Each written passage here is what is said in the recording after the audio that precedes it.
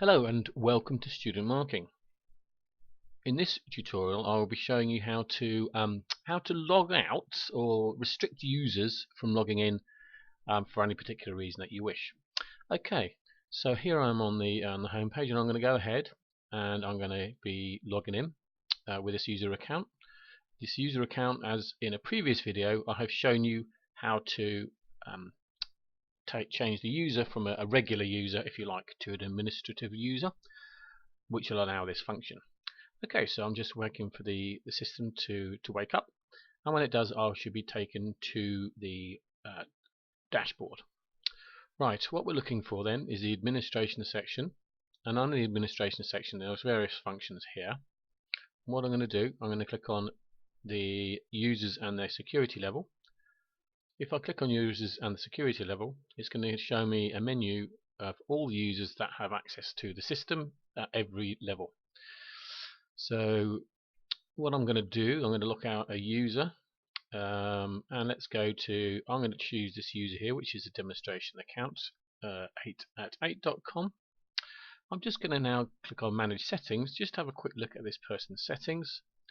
They're an academic member of staff, and they can currently log in. This value here is currently not being used. It doesn't really matter.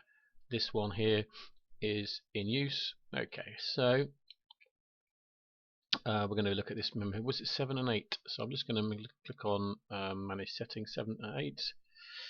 Yeah.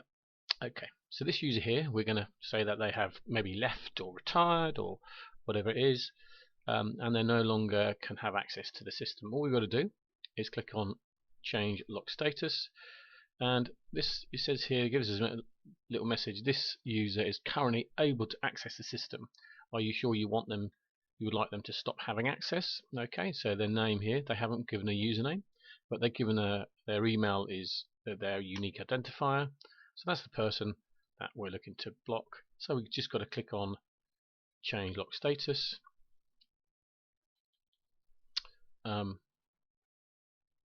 So if I then click on change lock status again, this user, then it should tell me this user is currently unable to access the system.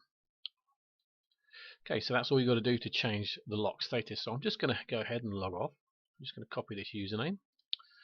So I'm going to log off, and I'm going to try and log back in again with this user account to see if the system, to see these changes being applied. Okay, so here we are. This is the user I've just applied these settings to, and I'm going to log in as, or try and log in as the password, and it tells me that this account has been locked out. Please contact the system administrator. So this could be for any reason that you like. So the administrators can have sort of access to locking people out. Okay, so you want to give them those privileges. So I'm just going to now go back to login, and I'm just going to go back in as administrator, and then what I'm going to do is then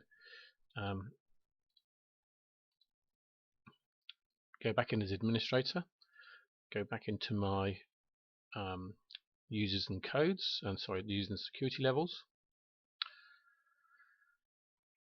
pick up this person here, change lock status. I'm going to change the lock status. It tells me here that it's currently unable to access the system. I want to enable access to that user. That's all I've got to do now, and just to check on that status, I just have to have a look here, and it tells me able to access that. So let's have a look and see if that's applied. So I'm going to log off, and I'm going to go in as 7 and 8. There we go, this particular user. So now this particular user wants to get back in, and click on login, and this user then has access to the system. If you and when they have access, then they go back in with the previous access levels. The system remembers the levels that they were allowed, so they're going back in as staff. Okay. If you wish to change these settings, that is available in another tutorial. Thank you for watching.